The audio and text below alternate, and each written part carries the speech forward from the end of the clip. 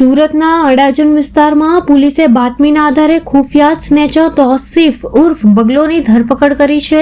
આરોપી morning walk માટે નીકળતા લોકોને મોબાઈલ ફોન આંચકી ફરાર થઈ જતો હતો.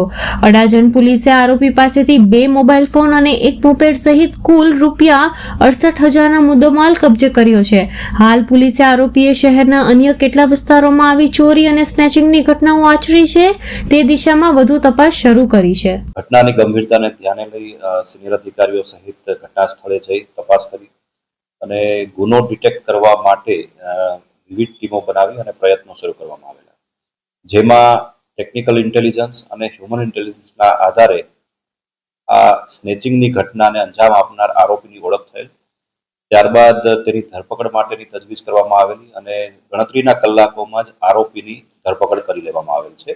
તેની પાસેથી 2 મોબાઈલ પણ કબજે કરવામાં આવેલ છે, જે આરોપી દ્વારા ફરિયાદીઓ પાસેથી ઝૂંટવવામાં આવેલા.